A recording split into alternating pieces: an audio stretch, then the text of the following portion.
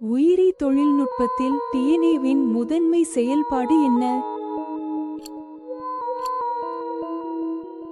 சரியான விடை மரபணு தகவல்களை சேமிக்க. பாக்டீரியாவில் உள்ள மரபணுக்களை மாற்றுவதற்கு பின்வரும் நுட்பங்களில் எது பயன்படுத்தப்படுகிறது?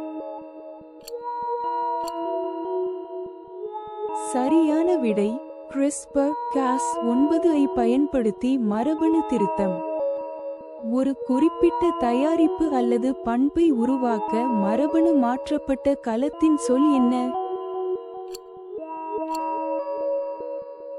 சரியான விடை டிரான்ஸ்ஜெனிக் உயிரினம். மண்ணிலும் நீரிலும் உள்ள மாசுபடுத்திகளை சுத்தப்படுத்த நுண்ணுயிரிகளை பயன்படுத்துவது பின்வரும் உயிரி தொழில்நுட்ப பயன்பாடுகளில் எது? சரியான விடை உயிரியக்கம். ஒரு குறிப்பிட்ட புரதம் அல்லது புரதங்களின் தொகுப்பை குறியீடாக்கும் டிஎன்ஏ வரிசைக்கான சொல் என்ன? சரியான விடை மரபணு.